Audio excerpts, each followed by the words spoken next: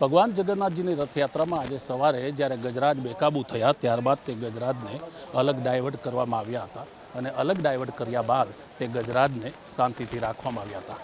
રથયાત્રા પાનપુર નાકા પાસેથી પસાર થાય તેની પહેલાં જે બેકાબૂ ગજરાજ હતા તેને અત્યારે પોલીસ કાફલો અને તેના મહાવતની સાથે તેને મંદિર ખાતે લઈ જવામાં આવી રહ્યો છે. આપ જોઈ રહ્યા છો કે ગજરાજના પગમાં લોખંડની સાંકળો અને સાથે દોયડા બાંધવામાં આવે છે જેથી કરીને તે કોઈને નુકસાન ન કરી શકે.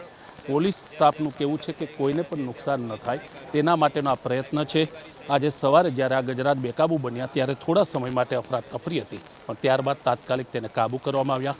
અમદાવાદ પોલીસનો મોટો કાફલો અને સાથે ગજરાજને કાબૂ કરનાર જે નિષ્ણાત મહાવતો છે તે તેમની સાથે ચાલી રહ્યા છે. તેની સાથે પશુપાલનની ટીમ ચાલી રહી છે કે ફરી એકવાર જો બેકાબૂ બને તો તેને કઈ રીતના કંટ્રોલ કરી શકાય તેના માટે થઈને પોલીસ સ્ટાફ તમામ લોકોને પણ કહી રહ્યો છે કે સાઈડમાં રહે.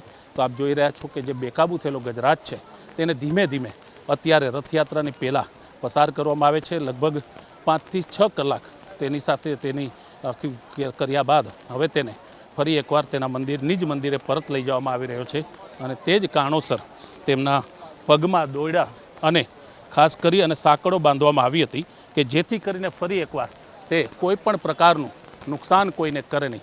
આજે સવારે બનેલી ઘટના બાદ ક્યાંક ને ક્યાંક રથયાત્રાના લઈને લોકોમાં ડરનો માહોલ હતો અને તે ડરના માહોલને દૂર કરવા માટે જ આ જ રીતના બેકાબૂ બનેલા ગજરાજને સાંકળ અને દોયડાથી બાંધી હવે નિજ મંદિરે પરત લઈ જવામાં આવી રહ્યો છે.